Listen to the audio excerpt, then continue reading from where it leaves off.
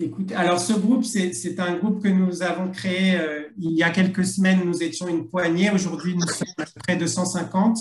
C'est un groupe pour nous aider à être des hommes libres face à ce qui est aujourd'hui une expérimentation euh, sans précédent dans l'histoire de l'humanité, une expérimentation médicale sans précédent dans l'histoire de l'humanité qui concerne des centaines de millions de personnes et où Israël a joué le rôle de pilote de laboratoire, comme le dit le PDG de Pfizer, Albert Bourla. Et c'est une expérimentation qui va concerner ce que nous avons de plus cher bientôt, c'est-à-dire nos enfants. Cette expérimentation s'est opérée sous la coercition, la menace, le mensonge. Elle a été favorisée par un contexte de terreur face à la maladie et elle s'est faite pour la protection de notre santé. C'est une évolution que Camus avait prophétisée dès 1955 en voyant que les Français avaient placé leur priorité dans la bonne santé par rapport à la liberté qui arrivait très, très, très loin derrière. Et donc, il avait dit cette phrase prophétique, « Servitude et bonne santé, voilà le slogan de demain ». Nous espérons vraiment qu'on a troqué, entre guillemets, enfin, les masses ont troqué leur liberté contre leur bonne santé. C'est ce que nous espérons de tout cœur, mais malheureusement, nous ne pouvons même pas en être sûrs. Et si nous vous avons convié ce soir, c'est parce que vous vous exprimez depuis longtemps sur ce qu'est la liberté authentique, en rapport avec les enseignements de nos maîtres et les évolutions du monde contemporain, et parce que nous avons besoin de vos lumières aujourd'hui encore plus qu'hier, car le chemin de liberté que nous avons choisi implique énormément de renoncements, de douleurs, de déchirures et de doutes. Et donc, nous avons besoin de puiser dans votre enseignement les ressources pour continuer d'être des hommes libres.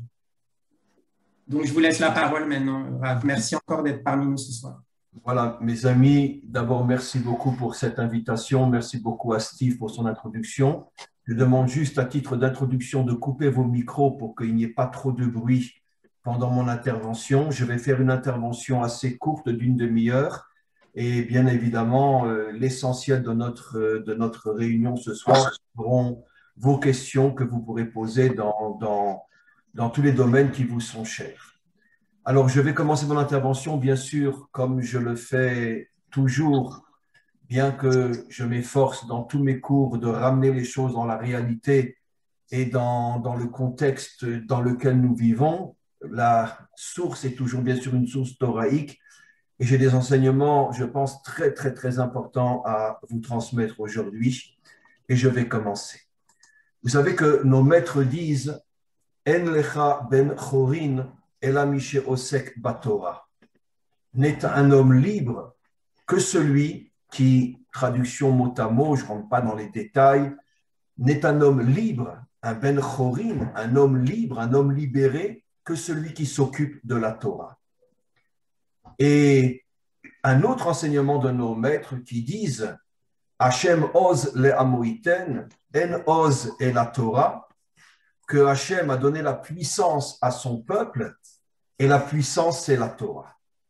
Ce qui veut dire que ces deux enseignements, parmi des dizaines d'autres que je ne vais pas rapporter, nous montrent que la Torah nous a été donnée pour faire de nous des hommes libres et des hommes puissants. Quand je dis homme, je parle bien sûr de la femme aussi. Le grand problème, mes amis, et je vais vous dire quelque chose qui va peut-être vous étonner, c'est que la Torah, nous ne l'avons jamais reçue.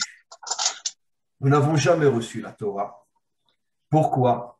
Parce que la vraie Torah que nous aurions dû recevoir était les premières tables. Et les premières tables, nous ne les avons jamais reçues. On va en parler bien sûr.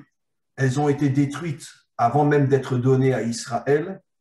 Et malheureusement, nous avons reçu les deuxièmes tables à la place des premières.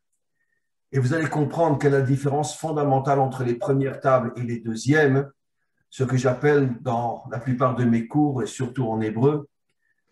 Ceux qui sont intéressés aussi, je ne peux pas faire de la pub pour moi, mais j'ai un YouTube en hébreu avec des centaines de cours aussi, et je suis suivi par des milliers d'Israéliens. Et j'explique souvent dans mes cours que les premières tables étaient censées nous donner la Torah, que nous n'avons jamais reçue. Les deuxièmes tables, malheureusement, nous ont donné la religion juive, le culte. Et rien n'est plus néfaste pour l'homme et pour les peuples que la religion, comme je vais vous le prouver. Nos maîtres donnent un troisième enseignement concernant les premières tables que nous n'avons jamais reçues. ils disent que ces premières tables avaient la capacité de nous libérer du joug des nations et du joug du Yetzer Hara. Essayez de fermer vos portables, mes amis. Votre Zoom, le micro, merci beaucoup. Et donc, on voit, vous savez que Israël existe depuis 4000 ans, et sur 4000 ans d'histoire, nous sommes depuis presque 3000 ans en exil, soumis aux nations, puisque l'exil a commencé avec l'exil des tribus, une cinquantaine d'années, un peu plus avant la destruction du premier temple. Après la destruction du premier temple, il y a eu le retour avec Ezra à l'époque de Cyrus, Koresh, mais seulement 2 ou 3% de Juifs sont revenus, 99% ne sont jamais revenus. Ce qui veut dire, mes amis, que ça fait pratiquement 3000 ans sur 4000 ans d'histoire que nous sommes en exil. Or, nos maîtres nous disent que si nous avions reçu les premières tables, nous aurions été libérés du joug des nations. Or, ça fait 3000 ans que nous sommes soumis au joug des nations, donc forcément, les deuxièmes tables n'ont strictement rien à voir avec les premières tables. Les deuxièmes tables, ce n'est pas la Torah. Ce n'est pas la vraie Torah. Malheureusement, comme les tables que nous avons reçues sont les deuxièmes et que nous n'avons pas connu les premières, nous imaginons malheureusement que nous sommes en possession de la Torah. Mais la vraie Torah, nous ne l'avons pas. Et c'est seulement au moment de la délivrance finale que la vraie Torah va se redévoiler, c'est-à-dire que nous allons recevoir à nouveau les premières tables et surtout leur puissance et leur force libératrice. Maintenant, je voudrais expliquer, je vais très très vite, sachez que chaque notion que je vais vous transmettre, je pourrais en parler pendant des heures, mais j'essaye de condenser un maximum. Qu'est-ce qui a fait que les premières tables, la vraie Torah, nous ne l'avons jamais reçue? Et malheureusement, nous avons reçu la religion juive, qui, dans le fond, excusez-moi d'être violent, mais c'est mon caractère et vous me connaissez, ceux qui me suivent, il n'y a aucune différence entre la religion juive et la religion chrétienne ou la religion musulmane. C'est-à-dire qu'il y a uniquement la forme qui change, mais dans le fond, la religion affaiblit l'homme, affaiblit les peuples et en fait des personnes qui sont en attente d'être prises en charge par Dieu, mais ne font rien par eux-mêmes. Et qu'est-ce qui s'est passé? Pourquoi les premières tables ont été détruites? Parce qu'il y a eu la faute du veau d'or.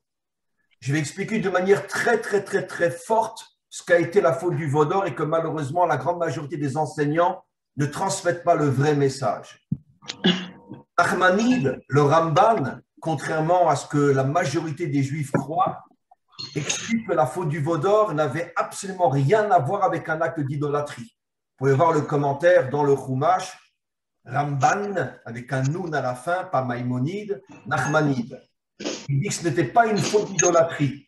C'était une faute idéologique, c'est-à-dire que le Hegel représentait une idéologie. Quelle idéologie? Eh bien, le Hegel, dans le contexte biblique, représente la puissance économique et la puissance politique, en ce sens que 99,9% de toute l'activité économique de tous les pays à cette époque-là, c'est l'agriculture.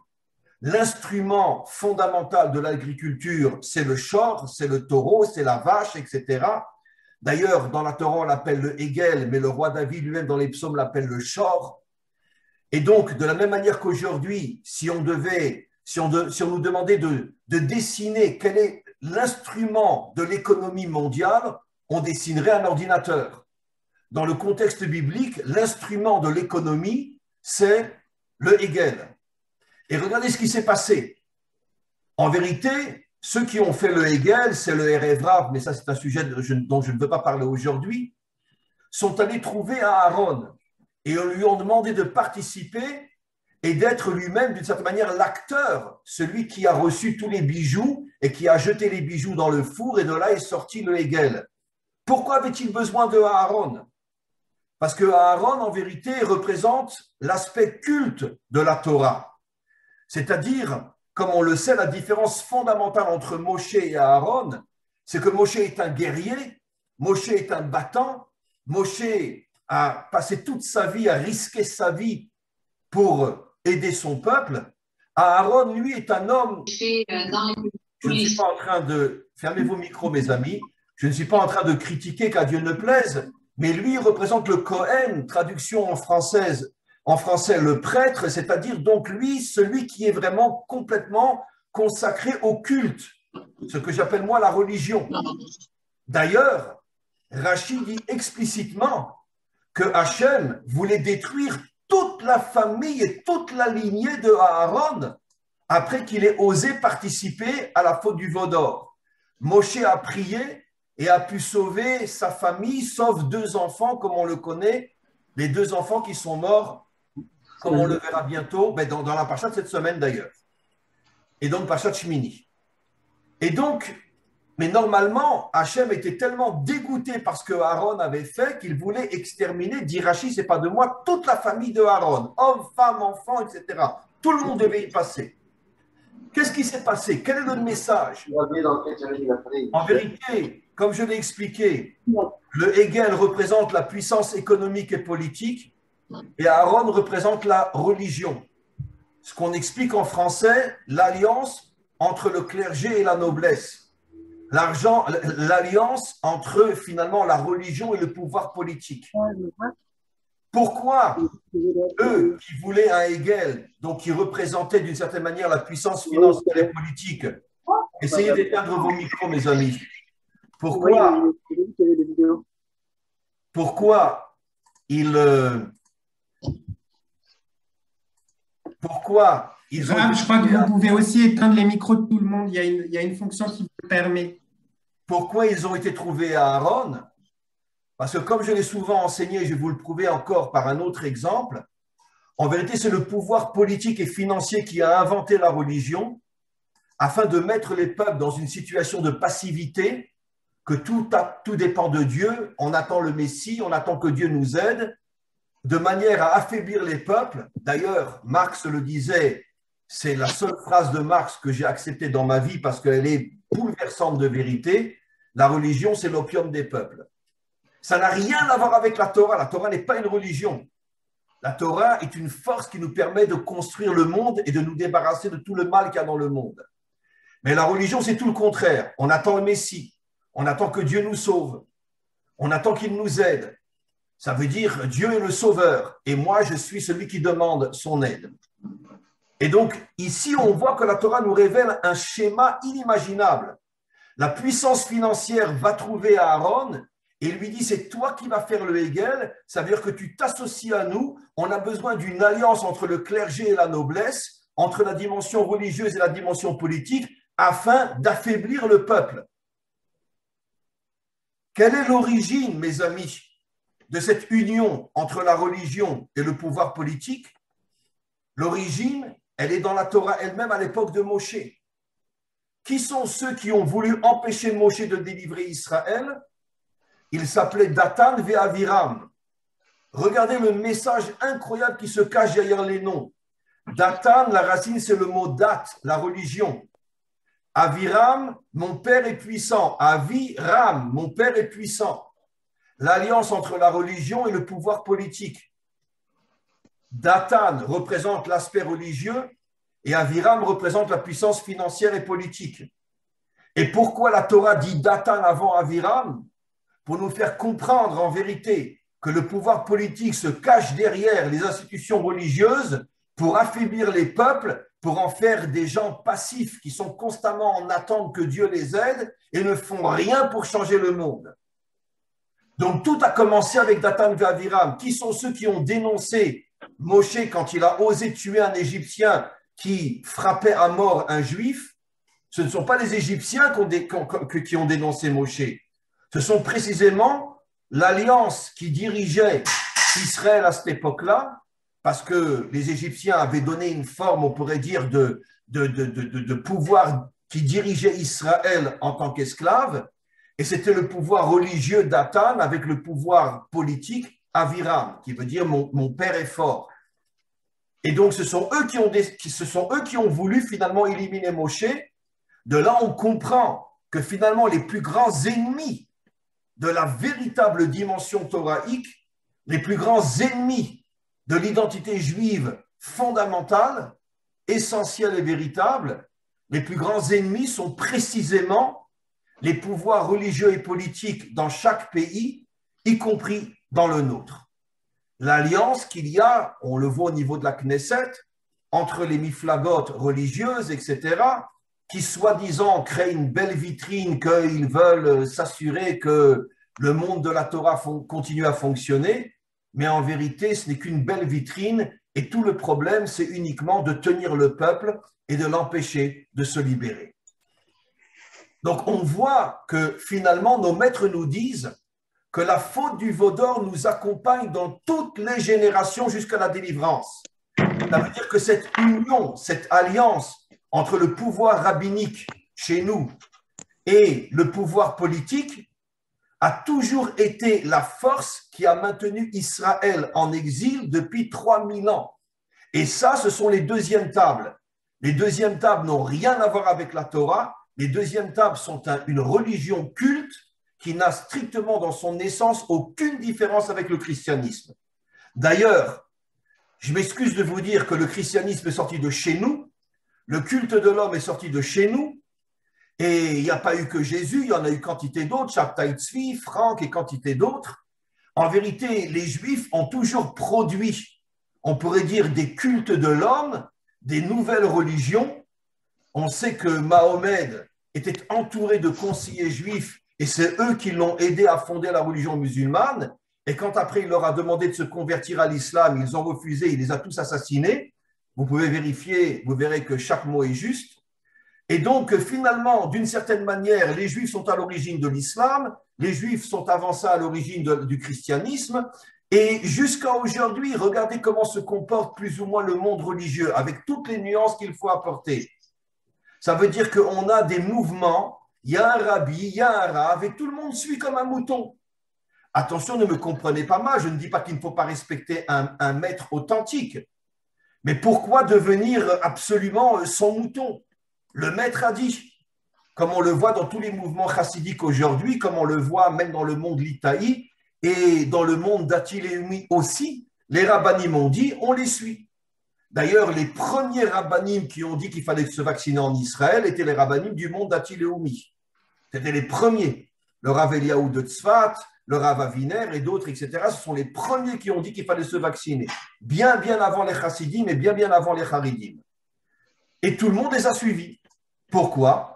Parce que c'est ce culte de l'homme qui, en vérité, ne fait que traduire cette faiblesse qu'il y a dans l'homme, qui a été introduite par la religion. Dieu est mon sauveur, tout dépend de lui. Moi, je n'ai juste qu'à prier pour lui demander de m'aider. Maintenant, mes amis, regardez, ça va aller beaucoup plus loin. Quelque chose d'absolument incroyable. Sur 3000 ans d'exil, combien de fois le peuple juif a retrouvé sa véritable identité au point de devenir un véritable guerrier, de se battre contre le mal et de ne pas attendre que Dieu nous prenne en charge. Sur 3000 ans d'exil, seulement 2 fois dans toute l'histoire. Quand je parle de ces 2 fois-là, il y en a eu d'autres, mais je parle de 2 exemples qui ont réveillé le peuple, qu'une grande partie du peuple a suivi les leaders. Mordechai à Purim et les Hashmonaïm contre les Grecs. Mordechai, au début, quand il a refusé de se prosterner devant Haman, il avait tout le Sanhédrin contre lui, toute l'institution religieuse était contre lui. La preuve, c'est que même dans la Megillah, on dit que même après qu'il a réussi à sauver le peuple juif, il y avait encore une grande partie du Sanhédrin qui était encore contre lui et qui l'accusait finalement d'avoir mis le peuple juif en péril, puisque la première Shoah a été déclenchée à cause que Mordechai ne voulait pas se prosterner. Finalement, il a gagné. Donc, qu'est-ce qu'a fait Mordechai ? Mordechai est rentré dans une synagogue ou dans une église pour prier toute la journée et puis dire « Dieu sauve-moi, Dieu sauve-moi, Dieu sauve-moi ». Non ! Il a regardé Haman droit dans les yeux. Excusez-moi la manière de parler. Il lui a dit « Va te faire voir, je ne me prosternerai pas devant toi ». À ce moment-là, il y a eu le décret de première Shoah de l'histoire. Il n'a pas renoncé, il a continué. Et finalement, il a sauvé Israël. Ce qu'il y a encore de beaucoup plus fort, c'est les Hashmonaïm. Parce que les Hashmonaïm ont fait une teshuva incroyable. C'était la famille des Kohanim, donc des prêtres, des gens de culte. C'est eux qui ont pris les armes. C'est eux qui se sont mis à la tête d'Israël. Ça veut dire qu'ils ont compris, ils ont eu cette prise de conscience que finalement la religion affaiblissait les peuples. Et ils ont dit, c'est à nous de montrer l'exemple que bien que nous sommes des hommes de culte, nous allons devenir des guerriers. Vous savez que dans la Torah, la loi n'autorise pas comment on dit les gaïès en français, à enrôler un Kohen qui sert au temple, de l'enrôler dans l'armée. Les Kohanim n'étaient pas des soldats. Et comme par hasard, à ce moment-là, c'est le Kohen Gadol Matityahu, avec ses fils et tous les Kohanim qui se révoltent contre les Grecs à 1 contre 100 000 et ils finissent par gagner. On voit donc que finalement, et j'ai beaucoup de peine à le dire, que sur 3000 ans d'exil, seulement 2 fois, il y a eu un sursaut de réveil de conscience de ce qu'on pourrait appeler de l'identité juive authentique. Ça a été avec Mordechai et ça a été avec les Hashmonaïm. L'histoire d'Israël, y compris l'exil de Babylone, y compris l'exil de Grèce, à part la révolution des Hashmonaïm, mais je parle avant la révolution des Hashmonaïm. Fermez vos portables, mes amis.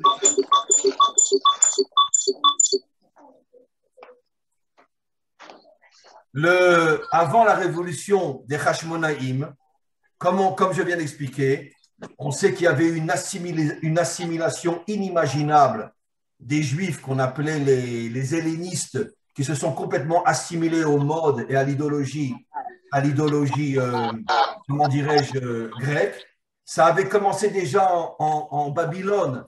Le Talmud nous explique clairement que la majorité des Juifs voulaient abandonner complètement la Torah et ne voulaient plus du tout être juifs et voulaient se fondre dans le monde babylonien. Ça a été pareil en Grèce et le dernier exil, l'exil de Rome, on a la même situation. C'est que finalement, cette Torah que l'on aurait dû recevoir, qui nous affranchit du joug des nations, est celle qui nous confine à l'intérieur du joug des nations, celle qui nous tient prisonnières à l'intérieur du joug des nations. Les enseignants, ce que j'appelle moi, les institutions rabbiniques nous font croire qu'ils nous enseignent la Torah, mais ils ne nous enseignent pas la Torah. Excusez-moi, je vais le dire d'une manière très très forte, mais ils nous enseignent le christianisme. Dieu est le sauveur. Un point, c'est tout. Et vous ne faites rien, attendez que Dieu vous sauve. On peut ne pas être d'accord avec ce que je dis, mais je crois qu'après 4000 ans d'histoire, on se rend bien compte que finalement, le peuple juif n'a pratiquement jamais eu sa véritable identité, sa véritable puissance. Sur 4000 ans d'histoire, 3000 ans de soumission. On termine aujourd'hui le Yom HaShoah. Ne prenez surtout pas mal ce que je vais dire, d'autant plus que tous mes grands-parents du côté paternel, maternel sont tous morts à Auschwitz, mes oncles, mes tantes, etc. n'ont survécu que mon père et ma mère. Donc, je suis moi-même un petit enfant d'une destruction totale de ma famille. Donc, je ne vais certainement pas m'amuser à dire du mal. Mais d'un autre côté, combien de Juifs sont rentrés dans la résistance? Beaucoup moins que des Français. Combien de Juifs dans les ghettos, lorsqu'ils voyaient les enfants mourir devant leurs yeux, combien de Juifs se sont révoltés? Il y en a eu, mais tellement peu. Combien il y a eu de révoltes dans les camps? Quitte à mourir, comme la révolte du ghetto de Varsovie. Comme je dis toujours, mieux vaut mourir comme un homme que vivre comme une bête. Je sais que c'est dur ce que je dis, mais 6 millions de Juifs. En vérité, vous savez, mes amis, que ce n'est pas 6 millions, c'est 9 millions qui sont morts dans les camps. C'est 9. D'où on le sait, les études de Yad Vashem. J'ai moi-même des élèves à Yad Vashem qui m'ont révélé il y a déjà de nombreuses années qu'on est arrivé au chiffre de 9 millions de morts dans les camps, pas 6 millions. Pourquoi Israël ne le dit pas aux nations? Parce que de toute façon, les nations, même 6 millions, ils n'y croient pas, alors 9 millions, ce n'est même pas la peine de leur dire. Mais Yad Vashem, c'est aujourd'hui que, mes amis, c'est 9 millions. Entre ceux qui sont tués dans les camps, ceux qui sont fusillés dans les fosses, etc., etc. Depuis le début de la Shoah, 9 millions et pas 6 millions. 9 millions. Mais pourquoi ne pas se révolter? Pourquoi ne pas se jeter à la mort? Mais mieux vaut mourir comme un homme que vivre comme un animal. Pourquoi pas? Pourquoi rentrer dans le train? Pourquoi? Pourquoi ces milliers de Juifs qui descendaient des trains ne se sont pas révoltés? Ne comprenez pas mal ce que je veux dire. Je vais dire quelque chose de très, très grave. Parce que tous ces Juifs-là étaient depuis des millénaires infiltrés par le poison de la religion, cette fausse émouna, cette fausse foi qui nous fait croire que Dieu peut nous sauver et on doit uniquement avoir confiance en lui et ne rien faire pour se révolter. Il y a eu, grâce à Dieu, des Juifs qui ont retrouvé leur véritable identité, la révolte du ghetto de Varsovie, mais eux ne sont pas arrivés à amener d'autres Juifs avec eux. Ils étaient 100, 150, ils sont tous morts comme on le sait. Mais eux étaient de vrais Juifs. Pourquoi? Parce qu'ils ont préféré mourir comme des hommes libres que de vivre comme des esclaves soumis. Et ce n'est pas évident de faire ce choix. Quelle est l'origine, mes amis? J'ai bientôt terminé. Quelle est l'origine, en vérité, de cette identité juive qui est complètement perdue aujourd'hui? Vous savez, encore une fois, je m'excuse d'être un petit peu défaitiste, mais vous savez aujourd'hui qu'il y a de moins en moins de jeunes qui s'engagent dans les unités combattantes en Israël. Beaucoup se font réformer, la plupart essayent d'être des jobniks, et on ne trouve pratiquement plus, comme il y a encore 10, 15, 20 ans, que tout le monde voulait être combattant. Moi-même, j'ai enseigné, jusqu'au Corona, j'étais enseignant à l'armée pendant pratiquement 3 ans, dans les unités combattantes, dans le Givati, dans les parachutistes, etc. Toutes les semaines, je donnais un cours. Et je me suis déjà, à cette époque-là, rendu compte que même dans les unités combattantes, c'était plus cette volonté, cette conviction, cette Messirut Nefesh qu'on pouvait imaginer il y a encore 20 ou 30 ans, ou 40 ans, et à plus forte raison au début de la création de l'État d'Israël. Pourquoi? Parce que tout le système idéologique occidental dont Israël fait entièrement partie fait tout pour affaiblir, affaiblir, affaiblir. Qu'est-ce qu'on nous enseigne aujourd'hui? Un cours de Torah, c'est quoi? Il faut être gentil, il ne faut pas être méchant, il faut donner la tzedaka, il ne faut pas faire du lachon hara, il faut croire en Dieu, il faut manger kasher, il faut faire Shabbat. Mais est-ce qu'on entend quelqu'un qui nous dit « deviens un soldat, bats-toi, prends des risques, mets ta vie en danger ». On entend ces enseignements aujourd'hui. Qui est le modèle du juif authentique dans la Torah? Le roi David, le seul sur lequel il est dit « Chai vekayam », un modèle éternel. Pourquoi c'est un modèle éternel? Parce que c'est en même temps un homme d'une spiritualité authentique, inimaginable, mais en même temps un guerrier d'une force inimaginable. Lui est un juif authentique. Il y en a eu d'autres. Rabbi Akiva, qui a participé à la révolte de Bar Korba, même si après ça a mal tourné. Il y en a un autre, et là aussi, on l'oublie constamment, Rabbi Shimon Bar Yochai. Tout le monde imagine que Rabbi Shimon Bar Yochai, c'est un grand mystique qui nous a donné la Kabbalah. Mais c'est une erreur, mais fondamentale. Pourquoi il a été se réfugier dans la grotte? Pourquoi? Parce que c'était le seul, il y a eu une réunion de tous les rabbinim d'Israël, et le seul qui a dit qu'il faut continuer à se battre contre les Romains, quitte à mourir, hommes, femmes et enfants, ça a été Rabbi Shimon Bar Yochai. Malheureusement, ses propos sont arrivés aux oreilles des Romains, et il a dû s'enfuir pendant 13 ans dans une grotte, et pour le récompenser, Dieu lui a donné le Zohar. Mais c'était un vrai soldat, un vrai combattant. Mais cette dimension du juif spirituel qui est en même temps un guerrier, elle a pratiquement complètement disparu depuis des millénaires. Je termine juste pour vous dire quelle a été l'origine, mes amis, finalement de la naissance de l'identité juive authentique qui malheureusement s'est perdue depuis des millénaires. Ça a été la sortie d'Égypte. Vous savez très bien que le mot Égypte n'existe pas en hébreu, c'est Mitzrayim. Qu'est-ce que veut dire Mitzrayim? Le monde des limites, Metzarim. On est sorti du monde des limites, on était des esclaves. Et combien de pourcents sont sortis? Seulement 20%. Et nos maîtres expliquent que c'est un modèle qui nous fait comprendre que dans toutes les générations, 80% d'Israël n'ont pas encore retrouvé leur véritable identité. C'est pour ça que les prophètes parlent de Shérit Israël. Et les commentaires diront, pourquoi Shérit Israël? Dit Israël. Combien qu'il y en aura? Mais c'est des Juifs. Nos maîtres disent non. Parce que même s'il y a 15 millions de juifs, il y a peut-être que quelques centaines ou quelques milliers de juifs qui sont arrivés à dévoiler leur identité authentique. Et cela s'appelle Shérit Israël, le véritable reste d'Israël. Et pour terminer, mes amis, quelle a été l'épreuve ultime qui a fait que 20% a pu sortir, et ces 20% sont dans chaque génération? Il a fallu tuer l'idole des Égyptiens, ce qui a amené à la décision égyptienne de massacrer tous les Juifs dans le fameux Shabbat Hagadol, où tout s'est transformé en bien. C'est une histoire en soi, mais normalement, Shabbat Hagadol, ça aurait dû être la première Shoah de l'histoire. On a pris l'idole des Égyptiens, qui est l'agneau. On a mis son sang sur les portes. On l'a fait à la hache pour que son odeur se répande dans toute l'Égypte. Une provocation folle en tant qu'esclave d'une puissance qui, avec le petit doigt, peut écraser. Comment ils ont eu ce courage? Seulement 20%. Et c'est quoi l'agneau? Eh bien, on a tous compris. C'est l'idéologie de toutes les civilisations qui veulent transformer les peuples en moutons.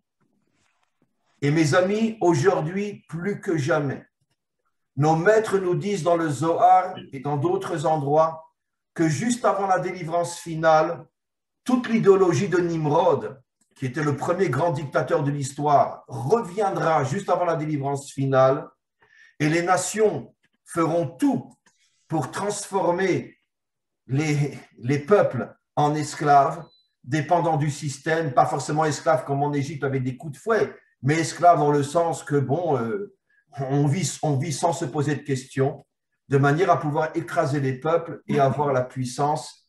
Et aujourd'hui, plus que jamais, nos maîtres nous disent que Nimrod est l'idéologie qui dominera le monde juste avant la délivrance finale. C'est pour ça, et je termine, mes amis, avant vos questions, je m'excuse, j'ai un petit peu dépassé le temps, qu'il faut savoir que nous sommes et nous essayons d'être Shérit Israël, nous essayons de retrouver notre véritable identité.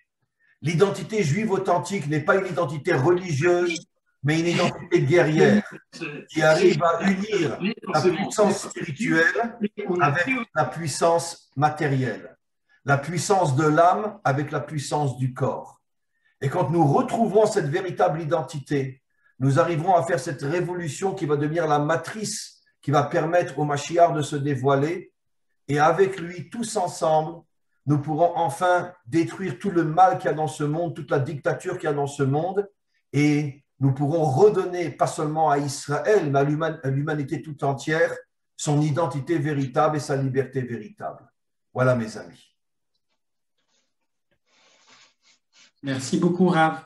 Alors, je vais tout de suite ouvrir la parole au groupe. Donc, si quelqu'un a une question à poser au Rav, c'est maintenant. J'espère qu'il y aura des questions, car vos questions sont très, très importantes. Alors, qui est le premier qui se jette? Je vais commencer. Bonsoir à tout le monde. Mais de qui il s'agit? Patricia Largile, argilothérapeute. D'accord, très bien. Voilà. Bon, on vous entend, je ne vous vois pas, mais on vous entend. Oui, non, on ne voit pas, mais bon, c'est pas nécessaire. Voilà. Je voulais juste vous demander, vous savoir, est-ce que d'abord déjà, les gens, est-ce qu'on est guerrier ou on le devient? C'est dans notre potentialité. La nature juive authentique est guerrière.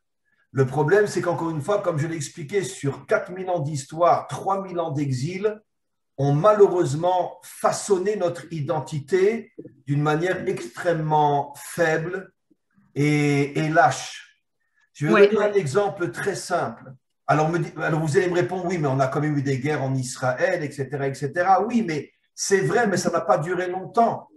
Comme je l'ai dit tout à l'heure, il faut savoir que l'armée israélienne n'est plus au niveau humain ce qu'elle était il y a 20 ou 30 ans. Il y a bien sûr encore quelques unités d'élite comme Sayeret Matkal, etc., ou Sayeret Shlosh Esrei, qui sont bons, mais combien ils sont? C'est quelques centaines sur 7 millions de juifs. Aujourd'hui, faites votre enquête et vous verrez que la majorité des jeunes refusent de rentrer dans les unités combattantes. Donc finalement, on a eu une prise de conscience quand on a recréé l'État d'Israël, Mais ça a duré quoi? Ça a duré 60 ans, 50 ans. Sur 4000 ans d'histoire, ce n'est pas grand-chose. Et aujourd'hui, tout retombe. C'est pour ça que l'armée aujourd'hui fait tout pour favoriser la technologie, pour remplacer le soldat par la technologie. D'ailleurs, je peux vous l'affirmer, encore une fois, en tant qu'enseignant à l'armée, je sais beaucoup de choses. L'armée d'Israël est en train de travailler sur des robots qui vont remplacer le soldat. Et il y en a déjà dans toutes les armées. Mais Israël est à la pointe de lance de remplacer toute l'armée d'Israël, à part quelques unités d'élite dont on a besoin, de remplacer par des robots qui vont se battre à notre place. Parce que les dirigeants de l'armée se rendent compte que la jeunesse n'a plus envie de mourir, elle n'a plus envie de se battre pour sauver son peuple. Mais par contre, alors, une chose, pourquoi je vous ai demandé ça? Parce que, en fait, dans la Torah, tout le temps, on dit que le peuple juif, à la base, c'était des bergers. Et ça m'a toujours fait bizarre, parce qu'en fait, ça veut dire que c'était les gardiens des moutons, c'était, voilà. Et en fait, cette image, elle est restée là. Et je pense que c'est cette image déformée qui a fait que dans le monde entier, tous les gens nous ont pris pour des, entre guillemets, gentils. Alors, d'abord, il y a effectivement dans le caractère juif, nos maîtres disent dans le Talmud qu'un juif, dans sa nature, il est Rahman ben Rahman, il est, comment dire, gentil, fils de gentil. Et c'est pas forcément, il ne faut pas le prendre forcément comme une louange, mais ça peut être compris aussi comme un problème. On est trop gentil, on est véritablement trop gentil. On ne sait pas, il n'y a qu'à voir même de toute façon ce qui se passe aujourd'hui, je veux dire, à tous les niveaux, au niveau du bagasse, au niveau de ci, au niveau de ça, etc. Aucun pays au monde n'accepterait d'être à ce point généreux avec nos ennemis comme Israël l'est. Et plus on est généreux avec nos ennemis, et plus le monde entier nous tombe dessus. Et plus il tombe dessus, exactement. Voilà. Je dirais encore une fois que pour revenir à votre question, oui, dans notre essence, nous sommes des guerriers. Mais le problème, c'est que cette essence est complètement voilée par des millénaires d'exil. Elle est annihilée. Voilà. Par des millénaires d'exil qui ont créé une nouvelle identité. Et d'ailleurs, est-ce que vous connaissez le livre Em Abanim Smecha du Rav Shtertel? On peut l'avoir en français aujourd'hui aussi. C'est un livre absolument inimaginable. C'était un très grand, un des plus grands maîtres de la Hongrie. Les Hongrois ont été les Hongrois ont été décimés pratiquement la dernière année de la guerre, en 43-44. 1000 par jour étaient envoyés à Auschwitz. Et lui-même, figurez-vous, était au départ un satmer, parce que les satmers de Hongrie. C'était un satmer, ça veut dire les antisionistes. Et donc, avec toute cette vision, on attend que Dieu nous délivre, etc., etc. Et pendant la Shoah, il a été caché pendant la Shoah. Malheureusement, il a été dénoncé et on l'a emmené. Il est parti à Auschwitz. Juste pour raconter sa petite histoire, il a survécu à Auschwitz. Il a fait la marche de la mort. Et quand on a sorti les prisonniers d'Auschwitz, le Rav Tertel, j'ai connu son fils d'ailleurs qui vivait à Jérusalem. Et pendant la marche de la mort, il y a un prisonnier qui n'en pouvait plus et qui est tombé. Et les nazis sont venus pour le tuer. Et lui, je ne sais pas ce qu'il lui a pris, il a voulu s'interposer pour sauver ce prisonnier qui était apparemment un de ses amis. Et les nazis lui ont sauté dessus avec des couteaux, ils lui ont arraché les yeux. Et c'est comme ça qu'il est mort, le Rav Tertel. Pendant qu'il était caché, il a écrit un livre qu'on peut trouver partout aujourd'hui qui s'appelle Em Abanim Smecha, qui est un verset dans le Hallel. Em Abanim Smecha. La mère se réjouit de ses enfants. Il fait une teshuva inimaginable.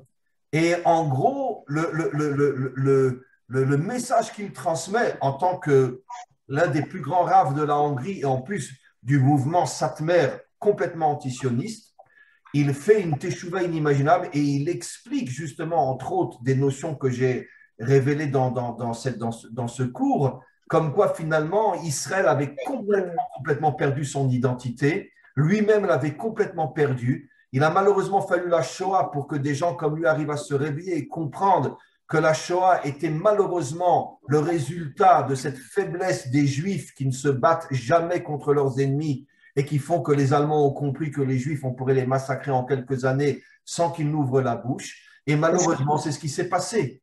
C'est ce qui s'est passé. Et je suis désolé de vous dire que si les Allemands avaient voulu tuer 9 millions de Russes ou 9 millions de Français ou 9 millions de musulmans, ils n'y seraient jamais arrivés. 9 millions de musulmans, la majorité était de se sacrifier pour ne pas mourir comme un esclave. Et donc, ce que j'ai expliqué encore une fois, c'est que le fait que nous avons perdu la vraie Torah, le fait que nous avons malheureusement aujourd'hui, nous sommes dirigés par une religion, et quand je dis une religion, c'est uniquement l'aspect culte, mais on a éliminé de la Torah toute la dimension qui est censée faire de nous des combattants, des guerriers qui se battent pour changer le monde, se battent contre tout le mal qu'il y a dans le monde. Et aujourd'hui, non. On sait très bien que 99,9% de ceux qui se sont vaccinés en Israël, c'est que pour pouvoir retourner au cinéma et au restaurant. Ils n'en ont strictement rien à faire de leur santé. Ce qui les intéresse, c'est uniquement, allez, je veux kiffer dans une boîte de nuit si je suis jeune, ou je veux kiffer à Dubaï, etc. C'est ça. Ça veut dire qu'il y a des révélations sur la nature abîmée du juif en ce moment comme il n'y a jamais eu. C'est clair. Maintenant, ne nous inquiétons pas, ne restons pas pessimistes. Nos prophètes nous ont promis qu'il y aurait dans chaque génération chérit Israël 20% des juifs qui, eux, sont restés des juifs authentiques ou vont le redevenir. Et c'est grâce à eux que le peuple juif traverse l'histoire et c'est grâce à eux que le Mashiach viendra. Grâce à cette minorité qui ne cède pas et qui est prêt à endurer toutes les difficultés, mais qui refuse de se comporter comme un mouton. Maintenant, quelqu'un aujourd'hui qui est guerrier, mais il est mal vu. Mais il est mal vu. Oui, mais parce que le monde aujourd'hui fait tout pour transformer l'homme. Il est mis au banc de la société. Hein. Absolument. Je le sais parce que j'ai vécu. Donc, oui, voilà. on l'a tous vécu, je veux dire. On le vit aujourd'hui, je veux dire, celui qui n'est pas dans le système a tout le monde contre lui aujourd'hui. Tout le monde aujourd'hui, absolument. Rav Dinovitch, j'aimerais vous poser une question. Aujourd'hui, le problème en Israël, c'est qu'on en est arrivé à des juifs qui luttent contre d'autres juifs. Et là, c'est plus le problème de on a un ennemi qui est extérieur et qui est clairement déterminé.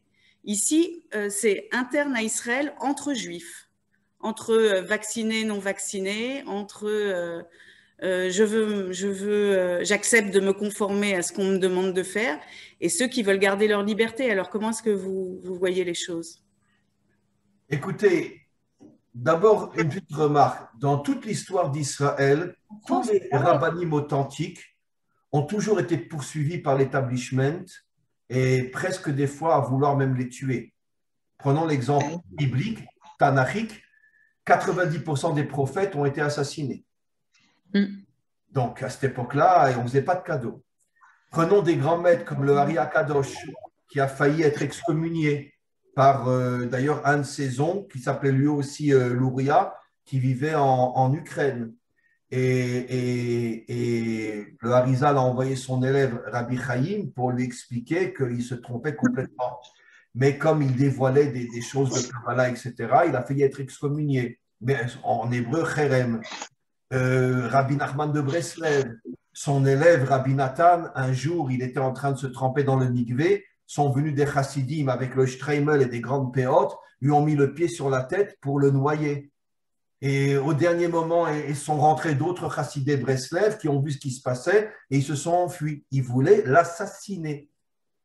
C'est fou. On parle de gens avec des péotes et avec un streimel. C'était tous des chassidim. Maintenant, pour confirmer ce que vous dites, mais notre histoire a commencé avec une dispute incroyable entre Yehuda et Yosef. Mais Yehuda a vendu Yosef comme esclave.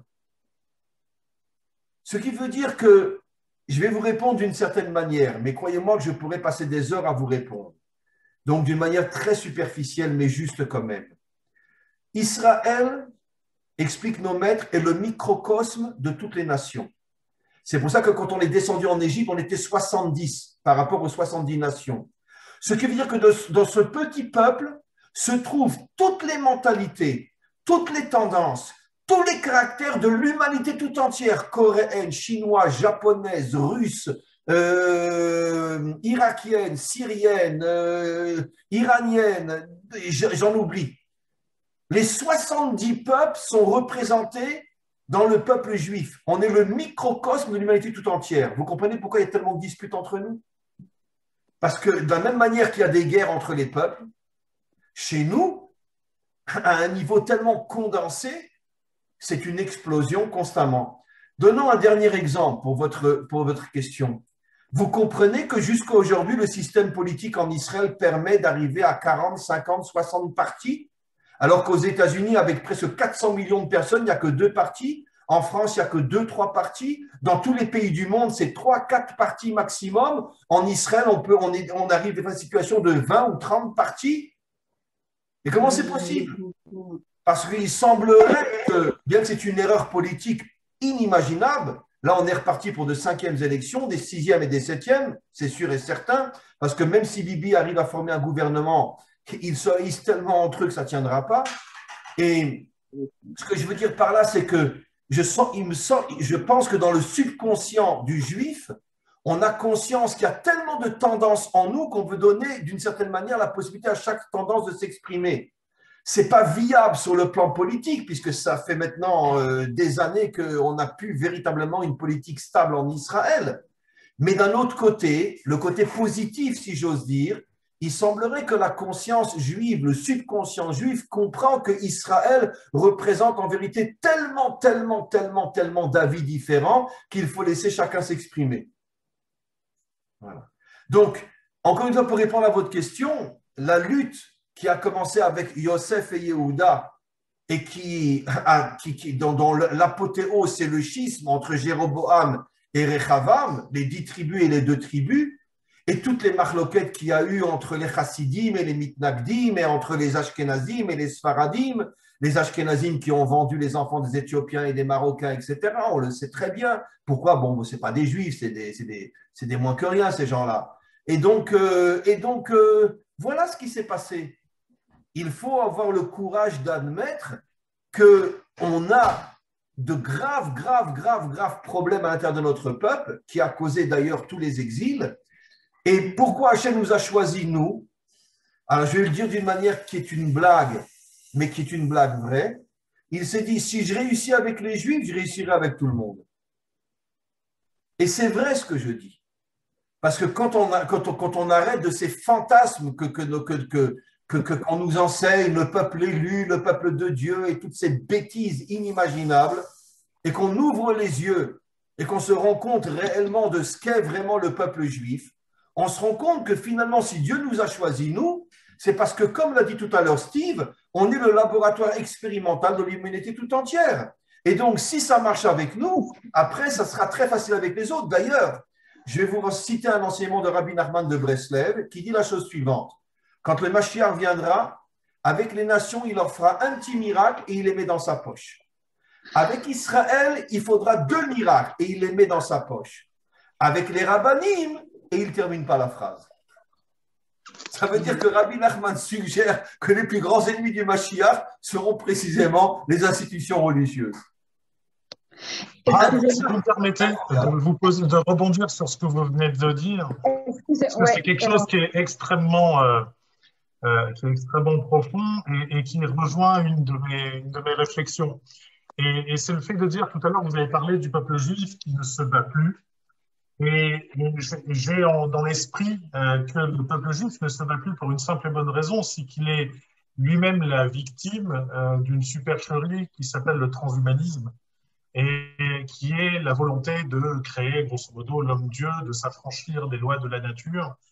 Et c'est ce qui explique cette volonté à tout prix d'éliminer l'idée même de la mort au travers de la vaccination ou de n'importe quel autre produit, j'ai envie de dire. Et dans tout ça, c'est pour ça que je voulais rebondir sur ce que vous venez de dire, que font les rabbins? Que font les rabbins dans tout ça, qui voient tout ça et qui disent oui, tu choisiras la vie et en fait ne s'aperçoivent pas qu'en fait le peuple est dans une hystérie totale et victime, de mon point de vue en tout cas, d'une grande supercherie qui est aujourd'hui le transhumanisme, que les grands puissants, disons-le, sans complotisme aucun, de dire que des gens puissants dans le monde ont envie de prendre cette direction-là, que le monde prenne cette direction-là. Que pensez-vous de ça? Écoutez, cher ami, vous posez une question tellement juste et profonde, mais en même temps délicate pour y répondre. Ce que je vais dire, bien sûr, il faut le nuancer. Mais comme je dis tout souvent, quand on enseigne quelque chose, on a besoin de le dire d'une manière qui est très forte. Nos maîtres nous enseignent que dans chaque génération, il n'y a que 36 justes authentiques cachés. Vous connaissez cet enseignement. Oui. Dans chaque génération, l'Amevav Tzadikim. Tzadikim, ce n'est pas à prendre dans le sens Baba Salé. C'est dans le sens des juifs authentiques qui ont gardé leur identité juive authentique. Il n'y en a que 36 par génération. Maintenant, excusez-moi de vous dire, avec toutes les nuances qu'il faut apporter, parce qu'évidemment, ce que je vais dire, il faut énormément le nuancer. Mais le monde rabbinique, on pourrait dire officiel, est tout simplement un clergé à la solde du pouvoir. Parce qu'ils ont des intérêts financiers, l'argent qu'ils reçoivent pour leur yeshivot, l'argent qu'ils reçoivent peut-être sous la table aussi, etc., quand ils sont d'accord avec les décisions gouvernementales. Dans tous les peuples du monde, les institutions officielles religieuses sont le clergé. Le clergé existe chez nous comme partout. Et donc, ils n'auront aucun intérêt à aller contre le pouvoir. C'est d'ailleurs la raison à ce à quoi je suggérais quand j'ai dit tout à l'heure, attention, ne me comprenez pas mal, un de mes maîtres, c'est le Rav Kook. Mais je ne suis pas Dati Leumi. Je vais expliquer la différence entre un de mes maîtres, c'est le Rav Kook, mais je ne suis pas Dati Leumi, parce que être un Dati, pour la plupart d'entre eux, c'est être l'esclave du gouvernement. Regarde ce qui s'est passé dans le Gush Katif. On venait les chercher, etc. Ils chantaient, ils dansaient, etc. Ils avaient le sourire. Il y en a un qui s'est révolté pour une chose aussi inimaginable qui s'est passée. La décision d'un homme, qui d'ailleurs malheureusement l'a payé tellement cher après, pendant 6 ans, il était ici dans ce monde, dans le coma. Je pense que Hachem lui a fait payer dans ce monde pour le récompenser de tout le bien qu'il a fait aussi. Sharon était un homme extraordinaire. Et pour ne pas le punir dans l'autre monde, il a été puni dans ce monde pendant 6 ans. Mais les premiers rabbinim qui tout de suite ont dit il faut absolument se vacciner, celui qui ne se vaccine pas, il va contre la Torah, il va contre la halacha. C'était que des rabbinim dati'im. Ce qui prouve bien que derrière le rideau, il y a des influences et des intérêts énormes, énormes, énormes, énormes. Et on le sait sur le terrain. Les yeshivot esder, etc., etc., ça veut dire qu'on permet à un soldat dati de ne faire qu'1 an et demi d'armée et de faire 1 an et demi à la yeshiva. Ça, ce sont des arrangements entre les rabbanim et l'État. En échange de quoi? En échange qu'à chaque fois que j'ouvre la bouche, moi, en tant que politicien, tu me soutiens. Et ça marche jusqu'à aujourd'hui. Donc, c'est vrai dans le monde dati leumi, je parle au niveau, encore une fois, du monde, ce que j'appelle l'établissement. C'est vrai dans le monde haridi aujourd'hui. C'est vrai dans le monde chassidique aussi, puisqu'ils ont des représentants à la Knesset. L'établissement religieux est à la solde du pouvoir, pour des raisons d'argent ou des raisons tout simplement de pouvoir qu'eux-mêmes veulent avoir. Vous savez que dans le monde haridi aujourd'hui, on pourrait dire la masse est en train de se révolter contre leurs représentants d'une manière inimaginable. Ils ont compris qu'ils étaient complètement bernés par leurs dirigeants. Que ce soit Chasse ou que ce soit Degel Torah, etc., c'est des gens qui ne cherchent que leur propre intérêt, avec toutes les nuances, bien sûr, mais qui ne cherchent que leur propre intérêt. Bekitsu, pour répondre à votre question, ce n'est pas chez les rabbanim qu'il faut chercher le salut du peuple juif.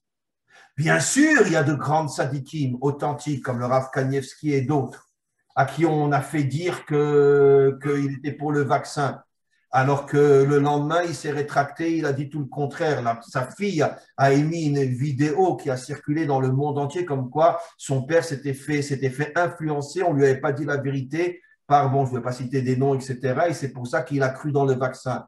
Après, quand d'autres rabbinim sont venus et lui ont parlé, il s'est rétracté. Et dites-moi, le Rav Kanievski s'est vacciné? Je ne crois pas. Hein, on l'a vu nulle part se vacciner. Il ne s'est pas vacciné. Donc, il a eu la maladie. Il a eu la maladie, là. Oui, mais d'accord, mais ça ne dure que 3 ou 6 mois. Et d'ailleurs, maintenant, il y a une loi qui vient de passer qu'au bout de 3 mois, même quelqu'un qui a eu le corona peut se faire vacciner. Donc, lui, ça fait bien plus longtemps qu'il y a 3 mois, même 6 mois qu'il a eu le corona. Donc, il aurait pu se faire vacciner. Il ne l'a jamais fait. Et donc, bien sûr qu'il y a des tzadikim authentiques dans notre peuple. J'ai cité lui, mais il y en a d'autres. Mais eux ne représentent pas l'établissement rabbinique. C'est ça le problème.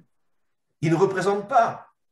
Mais l'établissement qui est entre les mains de gens qui font tout pour nous maintenir, encore une fois, comme des esclaves du système religieux et politique.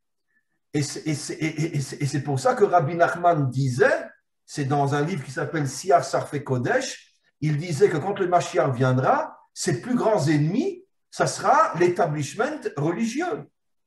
C'est ça qu'il dit avec les rabbanim, et il ne termine pas la phrase, il met des petits points pour nous faire comprendre que même lui l'a vécu. Même lui l'a vécu.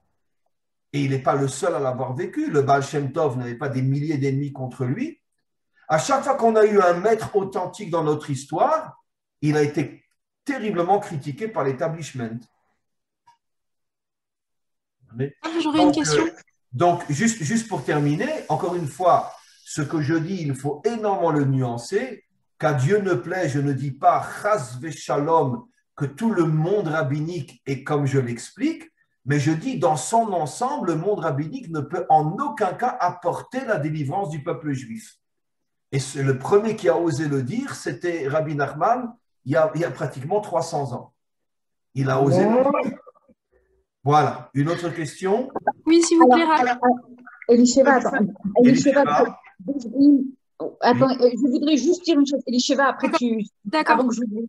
Oui, excuse-moi, Elisheva. C'est pas une question. En fait, ce qu'il y a, c'est que vous avez dit quelque chose et personne n'a relevé, ou peut-être qu'ils ont pensé. Vous avez dit que Dieu, il a dit si j'arrive avec les Juifs, j'arriverai avec les autres. C'est exactement ce qui s'est passé pour le vaccin. Par qui on a commencé? Par Israël, par les Juifs? Mais absolument, vous avez 100% raison. Et là, ça m'a fait tilt, quoi. Quand vous avez dit ça, j'ai revu l'histoire, comment ça s'est passé il y a un an, quoi. Alors, je vais vous rajouter quelque chose de très triste et dur que vous pouvez vérifier. Chacun de mes mots est 100% juste. Dans les camps de concentration, Mengele et quantité d'autres médecins faisaient des expériences sur les Juifs dans le but de faire avancer, comme on le sait, la soi-disant médecine, etc. Tous les médecins des camps de concentration ont été sauvés par la CIA, en passant par le Vatican, ont été amenés en Amérique et ont travaillé dans les laboratoires de la CIA et d'autres laboratoires pour continuer leurs recherches qu'ils avaient commencées sur les Juifs. Donc, vérifiez, vous verrez que j'ai 100% raison. Peut-être il y a eu un ou deux qu'on n'a pas arrivé à sauver, mais pratiquement tous ceux qui avaient fait des expériences mortelles sur les Juifs ont été récupérés par la CIA et aussi par la Russie, par les services secrets russes, mais surtout par la CIA. Ils ont été amenés, ils ont été couverts d'argent en Amérique, etc. pour continuer leurs expériences. Voilà. Et ils ont travaillé aussi sur le contrôle mental, Rav. Absolument, mais c'était ce genre de choses. Et sachez que la CIA a continué jusqu'à plus ou moins aujourd'hui en cachette à faire ces expériences-là, bon, puis avec ses médecins parce qu'ils sont morts, mais sur des prisonniers, etc., dans des camps secrets, avec beaucoup d'Irakiens, comme on le sait, les prisonniers irakiens ont servi de cobayes pour les expériences mentales, etc., qui étaient faites par la CIA américaine. Donc, ça veut dire que les vitrines sont belles, mais le jour où les vitrines vont tomber, on se rendra compte que tous ceux qu'on pensait être des gens bien, je ne parle pas des peuples, hein, je parle des dirigeants bien sûr, étaient de grosses crapules.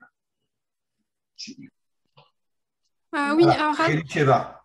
Oui, vous avez dit que en fait, le Ham Israël doit développer à la fois sa nature spirituelle et guerrière, les deux à la fois.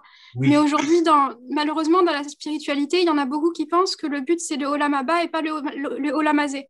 En fait, ils pensent qu'ils doivent gagner leur Olam Abba, mais pas réparer le Olam Hazé.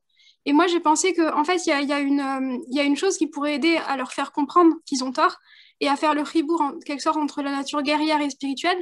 C'est qu'à l'époque du Beth Amikdash, apparemment, à la fois, ils utilisent des techniques pour réparer le monde, de Tikkun Olam, donc des techniques de méditation, et aussi pour être mitkaven sur une armée qui veut s'en prendre au peuple juif. Et moi, j'ai pensé, il paraît qu'à l'époque aussi, Rav Kaplan dit qu'à l'époque du premier Beth Amikdash, Shmuel Hanavi, il avait des écoles de prophètes. Bon, aujourd'hui, on ne peut pas prétendre qu'on a la prophétie, on l'a pas. Mais pourquoi pas redévelopper ça? Parce qu'en plus, il paraît, moi j'ai entendu dire, j'ai pas vérifié, mais que dans toutes dans tous les mésinotes du monde entier, il y a des unités spéciales, je sais pas si c'est dans les armées, dans les services ou les deux, qui font ce genre de choses et de manière probablement pas cachère du tout. Alors pourquoi pas d'une manière cachère et totalement autorisée pour nous?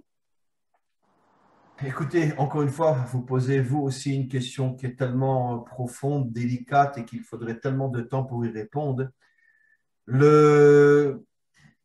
Disons que en ce moment, l'idéologie qui veut prendre le dessus sur le monde est l'idéologie de la destruction de l'identité nationale. Regardez ce qui se passe au niveau de l'immigration dans tous les pays, surtout en Europe. Qu'est-ce que vous croyez? Pourquoi? Pourquoi? Qu'est-ce qui s'est passé? Qu'est-ce qui se cache derrière? Il y a une volonté, ou je vais l'expliquer d'une autre manière. Les dirigeants savent que tant qu'un peuple a son identité, que son identité est forte, il pourra toujours se révolter, il ne se laissera pas faire. Et les dirigeants ont compris que pour pouvoir transformer l'humanité en robot, en esclave, en mouton, il fallait détruire les identités nationales. Et c'est ce qu'ils ont commencé à faire en Europe. Ça a été aussi d'une certaine manière un laboratoire expérimental.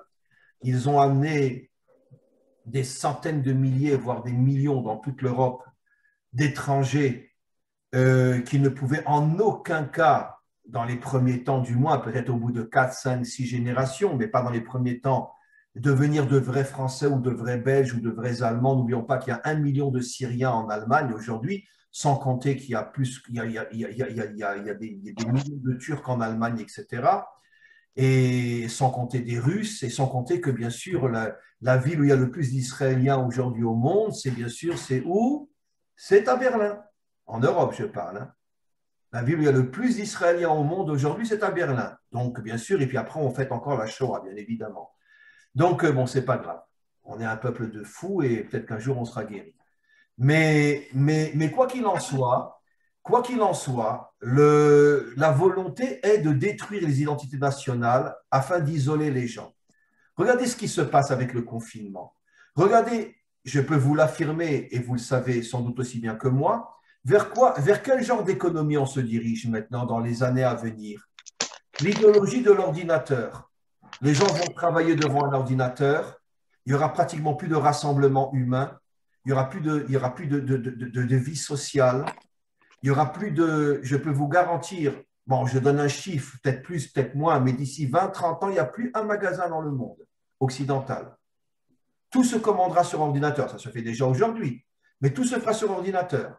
Les banques sont fermées aujourd'hui, on ne peut plus y rentrer, tout se fait sur les applications. Les postes, ça va devenir pareil aussi, etc. Et donc, ce qui veut dire que qu'est-ce qu'on essaye de faire? On a commencé par l'infiltration, l'immigration pour détruire les identités nationales. Un Français ne sait plus ce que c'est un Français aujourd'hui, puisqu'il est mélangé avec tellement d'autres identités qu'on ne sait plus ce qu'est l'identité française aujourd'hui. Pareil pour tous les pays. J'oserais presque dire qu'en Israël, ils nous ont fait le même coup dans les années 90, où ils ont importé 1 million de Russes, dont la grande majorité n'était pas juifs. C'était aussi dans le but de détruire l'identité juive authentique. C'est dur à dire, mais vous savez, après la vente des enfants éthiopiens, on peut s'attendre à tout ici de la part de nos dirigeants. Et donc après, on passe à une nouvelle phase qui est l'isolement de l'homme. On va le mettre devant un ordinateur. Tu veux commander à manger sur l'ordinateur. Tu veux des habits sur l'ordinateur. nos enfants seront les enfants de cette génération. C'est sûr et certain. Qu'est-ce qui se passe? On sépare les humains les uns des autres, on les affaiblit et comme ça on les domine.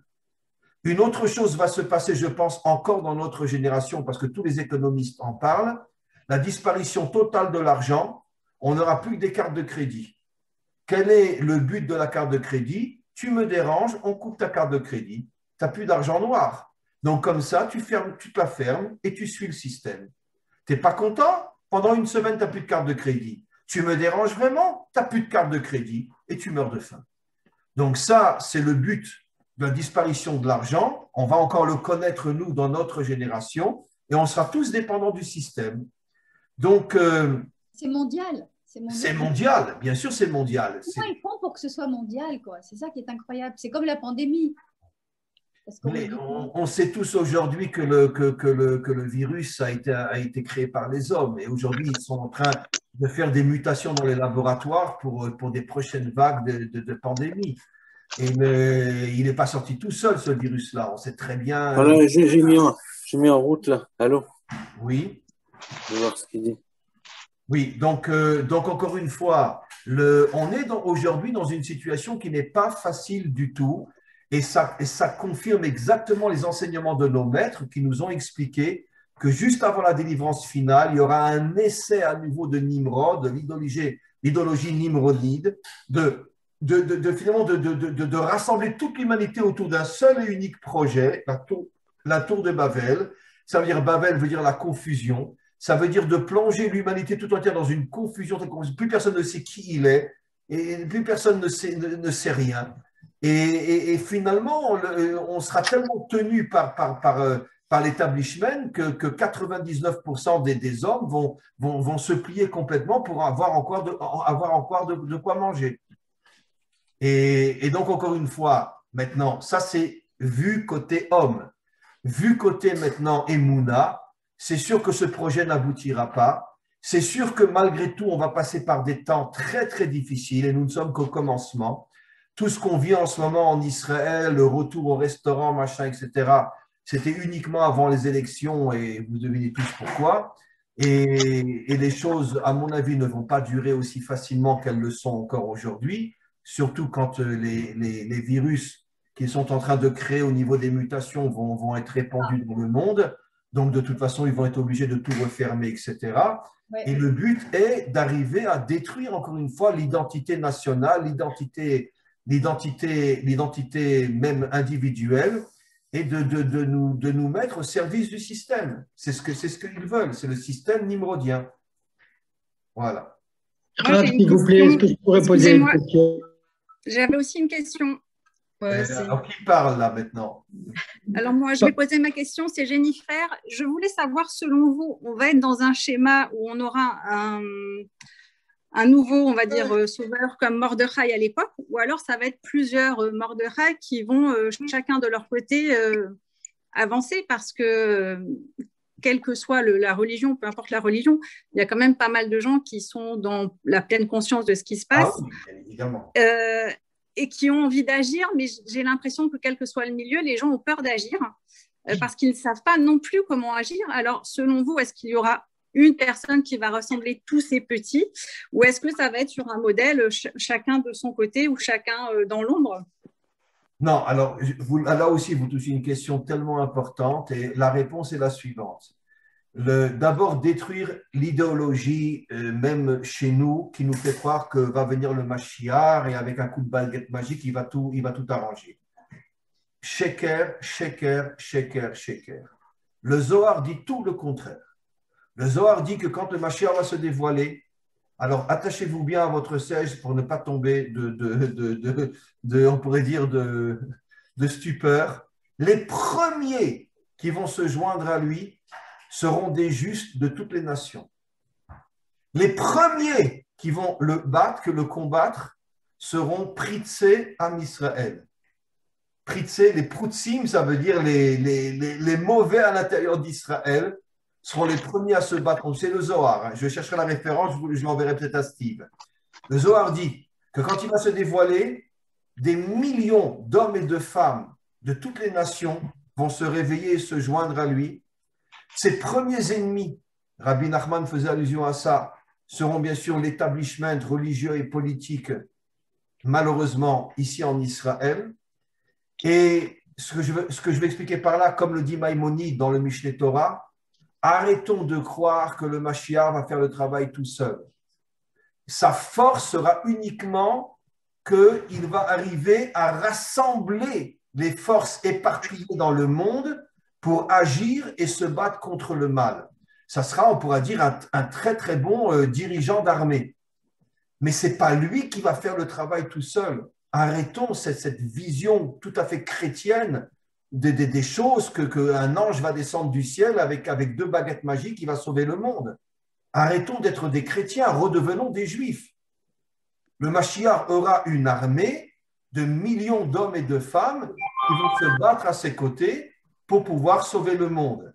Dans un premier temps, l'établissement sera contre lui, et après, bien évidemment, des centaines de milliers, voire des millions de juifs vont faire teshuva et vont bien sûr, évidemment, être à ses côtés aussi. Mais le Mashiach va arriver à lever une armée qui comptera des dizaines de millions d'hommes et de femmes partout dans le monde. Et ça sera ça sa véritable force. Vous comprenez? Simplement que sa puissance au Mashiach, c'est sa capacité de réveiller les consciences et d'unir même les gens différents. Il y aura avec lui des Français, il y aura des Belges, il y aura sans doute des Allemands aussi, il y aura des Russes, il y aura des Américains, il y aura bien sûr des Juifs, il y aura peut-être même, ça ne m'étonnerait pas, même des musulmans qui viendront avec lui, etc. Il y aura des Africains, n'en parlons pas. Et comme j'enseigne je fais beaucoup de cours avec les Africains ces derniers temps et j'explique beaucoup de notions comme quoi les Africains vont avoir un rôle inimaginable au moment de la délivrance finale. Bon, si vous écoutez mes cours, vous verrez, je les explique en détail. Et la première épouse que Moshe a eue était une Africaine, parce qu'il a compris que la délivrance finale viendrait de l'union entre Israël et les Africains, justement. Et donc bien sûr qu'il ne va pas agir tout seul. Et donc, il ne peut qu'être celui qui va arriver à réunir toutes ces forces contraires et à les dresser contre le mal de ce monde. S'il vous plaît, Rav, est-ce que je pourrais poser une question? Oui, bien sûr, monsieur. Voilà. Donc, jusque-là, on a fait le constat de la situation. On vient d'évoquer Mashiach, mais en attendant, la situation me semble beaucoup plus grave que ce qu'on a évoqué. Donc, cette évocation, toute intéressante qu'elle est, elle n'est que parcellaire et on ignore beaucoup de choses qui sont certainement plus graves. Et le Mashiach, il n'est pas arrivé. Et vous venez de dire que même quand il arrivera, il faudra mouiller sa chemise pour avancer. Donc, concrètement, aujourd'hui, on ne peut pas continuer à discuter de la situation et de faire le constat. Il faut organiser la résistance. Et dans ce sens, comment faire pour organiser la résistance? Seul, on ne peut pas, bien entendu, lutter. Moi, je ne suis pas en Israël. J'étais en Israël quand le fascisme s'est installé, il y a 2 mois. Et j'ai vite compris que Bibi Netanyahou avait mis un rouleau compresseur qui détruisait tout le monde. Donc, seule la lutte est impossible. Il faut se réunir et structurer la résistance. Dans un premier temps, peut-être individuellement, avec un groupe, bien sûr, par groupe. Puis ensuite, comme ça s'est passé en France pendant la collaboration, réunir tous les groupes, très vite réunir tous les groupes et agir tout de suite. Parce que je pense que l'action engagée par les gens qui veulent promouvoir cette crise sanitaire pour prendre le pouvoir n'est pas une action qui est vouée à réussir forcément, loin de là.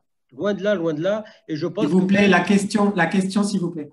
La question, c'est comment organiser cette résistance et la structurer. Parce qu'on ne peut pas passer notre temps à parler et à faire des constats. C'est complètement contre-productif. Voilà, ça n'a plus de sens. D'abord, il faut savoir que dans le monde israélien, et je le sais parce que je suis très, très impliqué dans le monde israélien, j'enseigne d'ailleurs plus en hébreu qu'en français, il y a un réveil énorme. Il il y a énormément de groupes composés de centaines, voire de milliers de personnes, généralement jeunes, pas jeunes, 18, 19, 20 ans, mais disons au-delà de 30, 40, 50, qui se réveillent et qui prennent conscience que la situation est très, très, très grave. Il y a énormément de groupes qui se sont créés. Moi-même, j'appartiens à un groupe qui est franco-israélien, et bon, je ne veux pas trop en parler maintenant ici, mais qui existe, qui travaille sur le terrain. Et il y a énormément de choses qui se créent en Israël aujourd'hui, qui ne sont pas encore connues, qui ne sont pas encore dévoilées. Mais sur le terrain, je dirais qu'on est au niveau des racines. Le tronc n'a pas encore véritablement apparu, à plus forte raison les fruits, mais les racines existent. Il y a un réveil énorme, énorme en Israël, pas seulement des gens religieux, mais aussi des laïcs, de gens qui prennent conscience qu'on ne peut plus continuer comme ça.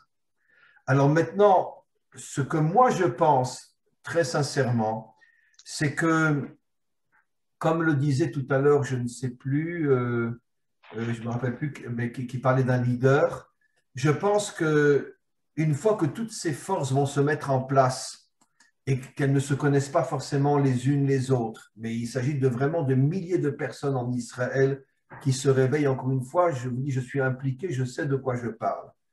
Et il y a le groupe que Steve aussi a monté, c'est déjà énorme. En quelques semaines, on est passé de quelques dizaines à presque 200 personnes.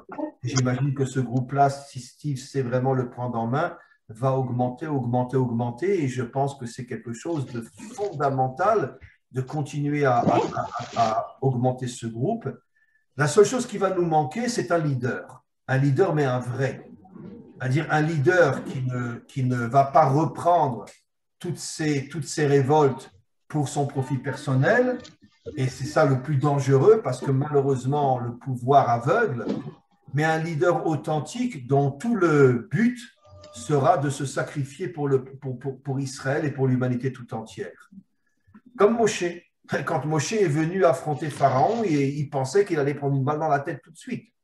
D'ailleurs, cher ami, je vous pose la question, à vision humaine, vous pensez sincèrement que le Mashiach peut se dévoiler? Combien de milliardièmes de secondes il lui faudra avant de prendre 10 drones dans la tête? Aujourd'hui, il y a des drones qui sont grands comme une mouche. Ils passent à côté de toi, ils t'envoient un gaz, tu es mort sur le moment. Israël en a plusieurs, des drones comme ça. Donc, les services secrets dans tous les pays ont des drones aujourd'hui qui sont gros comme une mouche. Ça passe à côté de la personne qu'on peut démolir, un petit gaz et c'est fini. Vous imaginez le Mashiach qui part en guerre contre toute la mafia financière, politique du monde, mais ils vont tous s'unir pour le détruire. Ils vont tous s'unir pour le détruire. Donc, comment c'est possible? Comment c'est possible?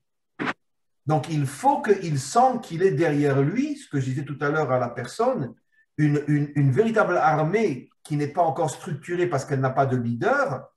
Mais quand on aura un leader qui va comprendre que pas seulement en Israël, que dans le monde entier, il y a une prise de conscience de vouloir se battre contre le mal, à ce moment-là, lui, son génie, ça sera sa capacité justement d'unir et de diriger avec le seul et unique motif de sauver le monde.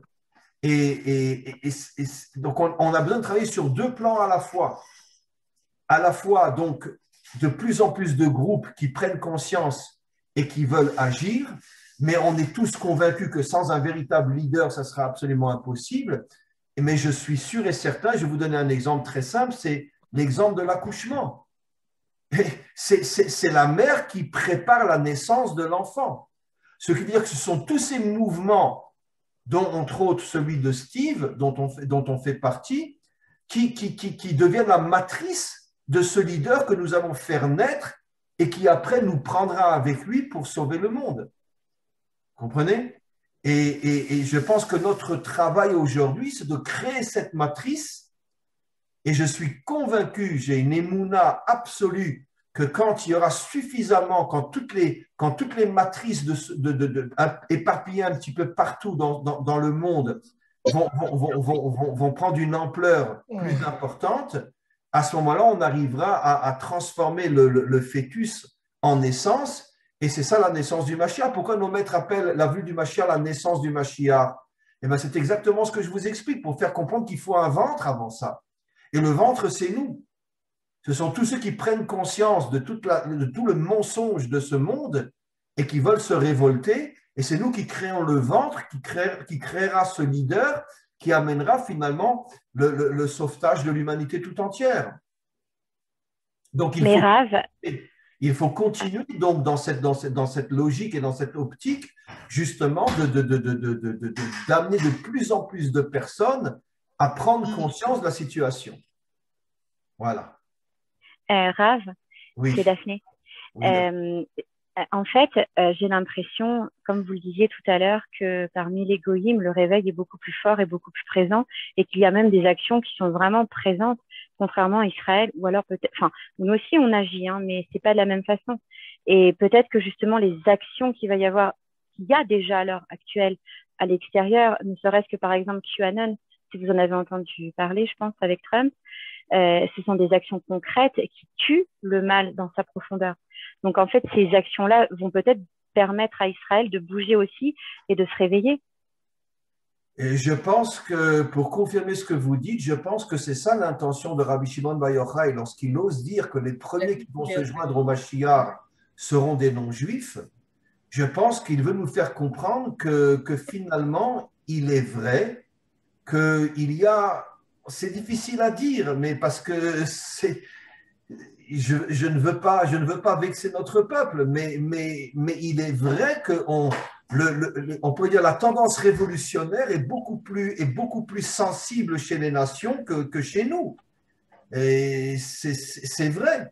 Et en ce moment, partout en Europe, il y a des manifestations, il y a des révoltes contre le confinement, contre le masque, contre ci, etc., avec des hauts et des bas. Mais chez nous, il n'y en a jamais eu. Jamais, jamais, jamais. Il y a eu même 10 juifs qui sont sortis pour se battre contre le confinement.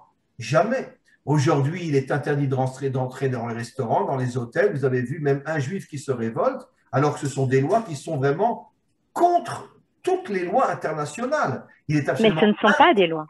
Oui, mais ce sont excusez-moi. Je veux dire, ce sont des demandes, mais c'est par qui en vrai? Parce que les lois au-dessus ne sont pas contre ça. Sur le terrain, si tu n'es pas vacciné, tu ne peux pas rentrer dans un hôtel. C'est quelque chose. C'est pour ça qu'il y a des actions de groupe. Il y a des gens, par exemple, ils se rassemblent à 100, à 200, sans masque, sans rien, et ils rentrent tous ensemble. Ils ne peuvent plus rien faire. En France, ils font ça, par exemple. Au Canada aussi. Mais dans le monde, oui, mais en Israël, pas. En Israël, vous ne verrez jamais. Allez, on y va. Oui, mais c'est pas. Je dis encore une fois, le seul point, on pourrait dire positif, que je peux allouer à notre peuple, c'est qu'on a tellement souffert pendant des millénaires, on a été tellement écrasés que ça a malheureusement changé notre nature. Et encore une fois, c'est une nature superficielle qui s'est installée à la place de notre vraie nature. Mais je suis convaincu qu'on va arriver à casser cette écorce qui nous domine et redevenir de vrais juifs. Et en redevenant de vrais juifs, on va devenir les plus grands guerriers de la terre. Parce que finalement, David et le roi et son armée, c'était la plus grande et la plus puissante armée de toutes les armées du monde. Et donc, on va la retrouver, cette nature.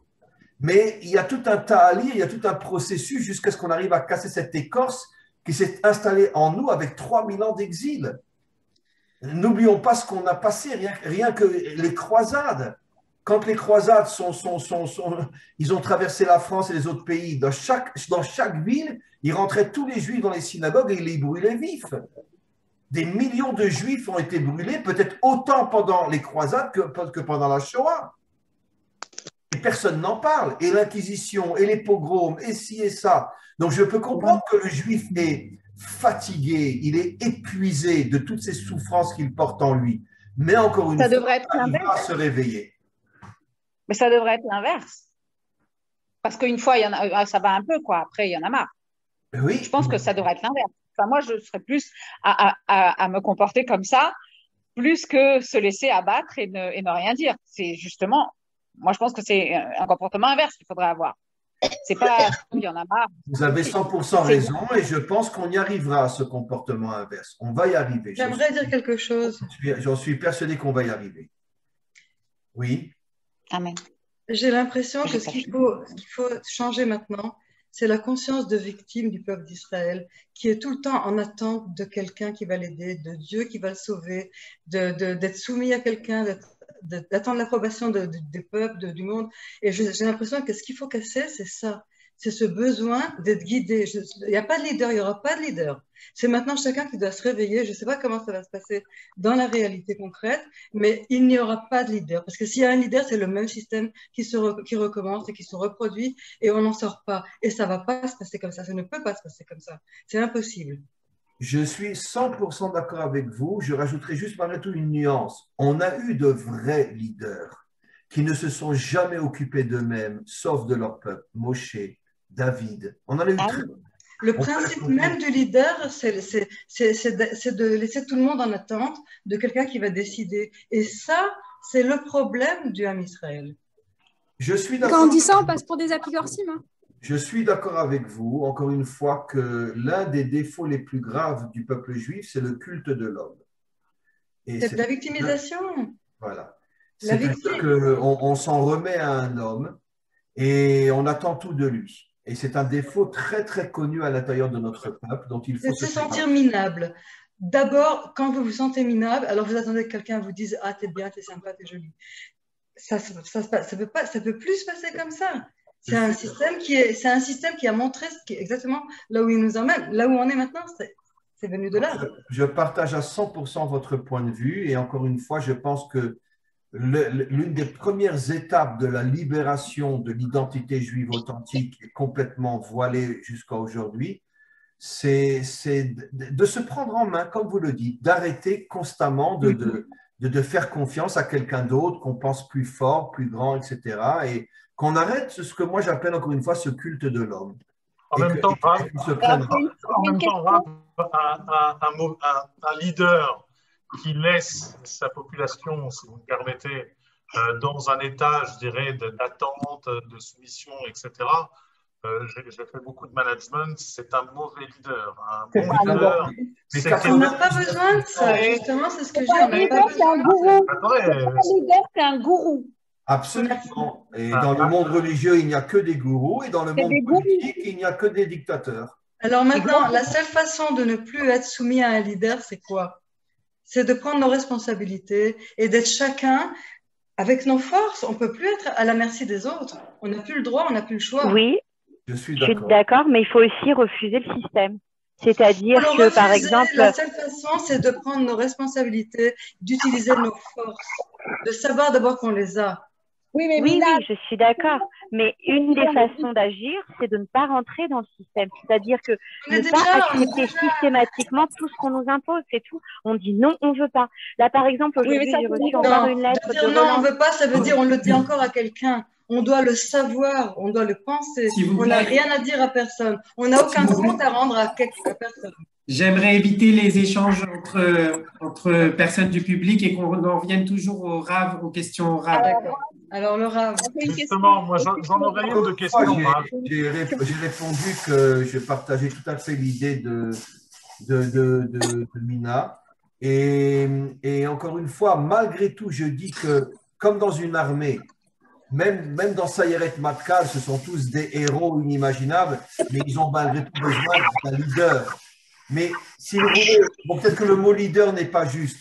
On a besoin de quelqu'un qui rassemble, dont la capacité c'est de rassembler, mais pas pour lui, pour le peuple, pour le Ham Israël. Il y en a eu, on en a eu très peu. Je pense qu'on peut compter sur les 5 doigts de la main dans 4000 ans d'histoire de vrais leaders qu'on a eus. Chez nous comme chez les nations, ce sont tous des fachos. Mais on en a eu. Moshe, toute sa vie, n'a vécu que pour le peuple juif. David, toute sa vie, n'a vécu que pour le peuple juif. Et je ne sais pas si j'en ai un autre en tête. Bon, mais en tout cas, ces deux-là, c'est sûr. Et je suis certain qu'on est en attente. Mais grâce à nous, comme vous le dites, qu'on prenne nos responsabilités, qu'on devienne une matrice, qu'on devienne un véritable ventre, qu'on transforme ce fœtus en être vivant. Et c'est grâce à nous qu'il va apparaître. Et tous ensemble, ce n'est pas lui, c'est lui avec nous et nous avec lui qu'on va pouvoir changer le monde. C'est l'unité. J'aurais une question. Et c'est là ma question. Rav, c'est là ma question, justement. Est-ce que le Mashiach ne va pas naître de notre conscience? Le Mashiach sera le produit de notre travail et de notre prise de responsabilité. La raison pour laquelle le Mashiach ne vient pas, d'après tous les grands maîtres comme le Hari Akadosh, le Mashiach aurait déjà dû venir au début du 6e millénaire. Ça fait 1000 ans de retard. Et beaucoup de maîtres disent c'est parce que le peuple juif refuse d'être la matrice du Mashiach. C'est-à-dire une femme enceinte, elle souffre, elle a des problèmes, elle travaille, et l'accouchement, n'en parlons pas. Bon, et dans l'histoire, il n'y aura pas de péridurale, ça c'est sûr. Ça va être très dur l'accouchement du Mashiach. Donc, il faut faire un travail. Et comme on ne le fait pas, ce travail, c'est pour ça que le Mashiach ne vient pas. Le Mashiach, c'est le produit de 9 mois de femmes enceintes, d'Israël enceinte. 9 mois, c'est un exemple, bien sûr. Ça peut être des décennies où il y a un ventre qui prépare la naissance du Mashiach. Et pour l'instant, ce ventre, peut-être en ce moment, est en train d'être créé, mais n'a jamais été créé. Moi, j'ai l'impression qu'il faudrait changer de système. Pardon. Franklin, tu as la parole. Merci beaucoup. Voilà, Rav, une autre question. Vous savez, pour revenir, pour être moins dans le côté Mashiach, mais dans le combat qu'on mène actuellement, il y a toujours la question qui se pose de la justesse d'un combat. Par exemple, en ce qui me concerne, et c'est pareil avec le groupe de Steve, évidemment, tous ensemble, on fait beaucoup de travail. Souvent, on dit, on fact-check, on regarde nos données, etc., pour être sûr que nos informations sont justes. On traite des tirs. Malgré tout ça, malgré cette volonté d'être vraiment rigoureux, on a toujours, au fond de nous, la question quand même de se dire, est-ce qu'on fait bien, est-ce qu'on est dans le juste ou est-ce qu'on est dans le faux? Et je voulais vous soumettre une réflexion que j'ai et vous demander si vous la trouvez erronée ou juste. Elle est simple et elle est bête. Je me suis dit dans l'histoire, donc le peuple d'Israël faisait bien, ok, et bien les nations étaient toujours contre Israël. Par contre, quand Israël se trompe dans tout ce qu'il fait, là, le peuple entier, le monde entier adule Israël. Est-ce que c'est quelque chose qu'on peut dire ou pas? Pour la situation d'aujourd'hui où Israël est adulé pour sa campagne de vaccination. Pas adulé du tout. Hein. Déjà, je répondrai, je préfère dire les dirigeants des nations, les puissances des nations plutôt que les nations elles-mêmes. Oui. Je pense que vous devez savoir aujourd'hui qu'il y a un réveil au niveau des nations. Ce sont des millions de non-juifs qui reviennent vers la Torah, qui s'intéressent à la Torah, qui suivent pratiquement tous les jours des cours de Torah inimaginables. Et moi-même, j'ai vraiment des dizaines de milliers d'élèves non-juifs partout dans le monde, jusqu'en Indonésie. Et il y a un réveil inimaginable au niveau des nations. Les nations ont été manipulées par leurs dirigeants. Et bien sûr, pendant des siècles où il n'y avait aucun moyen de vérifier les choses, et les nations ont cru, les citoyens ont cru tous les mensonges de leurs dirigeants. Mais en vérité, aujourd'hui, grâce à Internet et grâce au fait que le monde est devenu un petit village aujourd'hui, je peux vous assurer qu'il y a un réveil inimaginable chez les nations qui est à l'extrême opposé de l'attitude des dirigeants. Les vrais ennemis d'Israël sont les dirigeants. Et ça a toujours été le cas. Malheureusement, encore une fois, pendant des siècles, ils avaient les peuples avec eux qui agissaient comme des moutons parce qu'ils croyaient leurs dirigeants à l'égard des Juifs. Mais aujourd'hui, c'est de moins en moins vrai. Je peux vous dire, par exemple, à titre d'exemple, ça va peut-être vous étonner, mais vous n'imaginez pas le nombre de musulmans qui suivent mes cours. C'est incroyable. C'est incroyable. C'est incroyable. Ça veut dire que le monde entier se réveille et prend conscience que finalement, on leur a menti pendant des millénaires et que les Juifs ne sont pas ce qu'on leur a fait croire et la Torah d'Israël encore moins. Donc, je préfère parler encore une fois des dirigeants. Et effectivement, les dirigeants font tout. Ben maintenant, on a ce procès avec le procès de Hague sur soi-disant le comportement de nos soldats, etc. Enfin, des choses inimaginables. Et personne ne va attaquer les Russes dans leur comportement en Tchétchénie ou personne ne va mettre Bush en prison d'avoir osé inventer que pour envahir l'Irak, que Saddam Hussein avait la bombe atomique, en fait, tous ces mensonges que tout le monde connaît aujourd'hui. Pourtant, Bush, il est toujours en pleine sécurité, alors qu'Israël tout de suite est attaqué. En vérité, je pense, si vous voulez, que dans le subconscient des dirigeants, ils savent que tôt ou tard, Israël se réveillera. Et quand Israël se réveillera, ça sera la fin de tout le mal qu'il y a dans ce monde, y compris dans notre propre pays. Et je pense que les dirigeants, les gens de pouvoir ont toujours senti au plus profond d'eux-mêmes que finalement le salut du monde dépend du réveil d'Israël. C'est pour ça qu'ils ont toujours tout fait pour endormir Israël. Et c'est vrai que nous sommes, et ce n'est pas moi qui le dis, c'est dans Shir HaShirim, l'exil est comparé à un sommeil. D'ailleurs, c'est ce que dit le roi David, on le dit, Azaïnu kecholmim, on se rendra compte que nous étions comme des gens qui rêvaient. On dort. Les nations ont tout fait pour endormir Israël. Mais d'un autre côté, être endormi, ce n'est pas être mort, c'est être uniquement endormi. Et les nations ont peur du réveil d'Israël. Parce que le jour où on va se réveiller et qu'on va retrouver notre véritable identité, à ce moment-là, on se battra pour détruire tout le mal de ce monde. Et donc, je pense, encore une fois, pour répondre à votre question, que c'est ce qui se passe aujourd'hui sur le plan politique, sur le plan à tous les niveaux, et que les nations font tout pour essayer de garder Israël comme un peuple endormi, dont le seul désir aujourd'hui, c'est de pouvoir aller en boîte de nuit à Tel Aviv, et voilà, un point, c'est tout. Maintenant, je rajouterai juste une chose que je ne voudrais pas trop développer ce soir, mais n'oublions pas que Rachi nous explique que dès la sortie d'Égypte, Pharaon a introduit des espions à lui dans le peuple juif avec pour mission de le détruire de l'intérieur. Et ce phénomène, comme c'est un phénomène thoraïque, c'est un phénomène éternel, dure dans chaque génération. Dans chaque génération, nous sommes introduits par des non-juifs à qui on crée une identité juive et qui sont aidés par des puissances financières extérieures énormes qui arrivent très vite à diriger de grosses sociétés ou même à rentrer en politique et même peut-être diriger le pays. Ce sont tous en vérité des forces infiltrées. Ouais. Et ça, Rachi le dit clairement, et le Zohar le dit clairement. Le Zohar dit clairement que juste avant la délivrance finale, tous les dirigeants d'Israël seront du Erev Rav. Ouais. Pas de moi, c'est du Zohar. Si vous voulez les références, je les enverrai à Steve. Donc, c'est très dur à admettre, mais ça fait très mal. Mais le Erev Rav, ce sont des infiltrés. Ça veut dire que les nations ont toujours infiltré des milliers de non-juifs à l'intérieur du peuple juif afin de le détruire de l'intérieur. Ou de le salir, par exemple, comme toutes ces ordures dont je ne citerai pas le nom, celui qui a eu une île quelque part dans le Pacifique où pendant des années, il a fait bien des petites filles pour Epstein. Etc. Et le but de salir Israël, comme, vous savez, comme je dis toujours, si vous prenez un Français simple et qui n'entend des gens comme, bon, je ne citerai pas de nom, bon, un, je peux citer Madoff, ou un autre, ou un Weinstein, ou un truc, il dit, mais c'est normal, ce sont vraiment des sales juifs, vous comprenez?